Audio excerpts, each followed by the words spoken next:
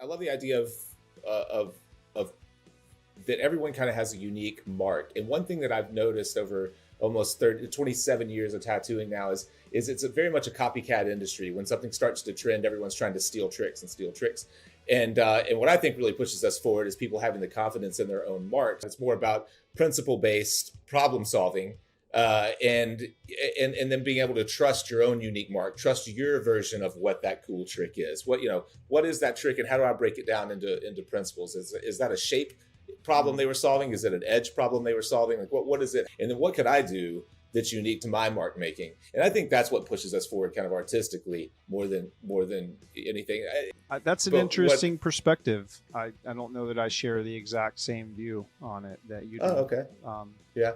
Well, we come from different places. Yeah. If I could kind of just speak to the other side of it, then I think that for any tattoo image, there's an ideal, right? Like if you put all the heads in the room and you got the smartest AI to look at it, we could somehow come up with, this is the perfect, everything was done right by the book, right? And when you are new to tattooing, you've never seen that book, right? You don't even know what page it's on, and you do need a model to follow. So the idea of, why we make stamp sets, why we go to tattoo artists who have really focused on a specific style and a specific type of imagery, and we have them create, say, 50 different versions of the same subject matter, is because we are trying to capture that.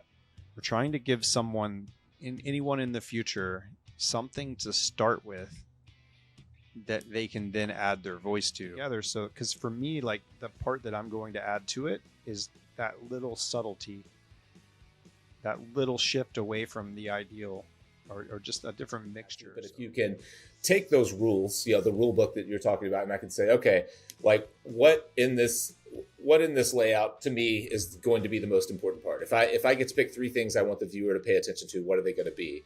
And then how do I use the area of the body that I'm putting it on? So how do I take that shape, the one shape that I can't control, whatever tattoos frame that shape in, that is what it is. And then I say, okay, so this head and the hair and whatever, like, how do I arrange those shapes to fit best within this shape? And within that, where do I want attention to go? Then that's where I can use my value, my strongest contrast in that area, push harder edges in that area. Yeah. So I think we're talking about the same thing. Exact same thing. Yeah. This is exactly how I would explain it. And I love those constraints, right?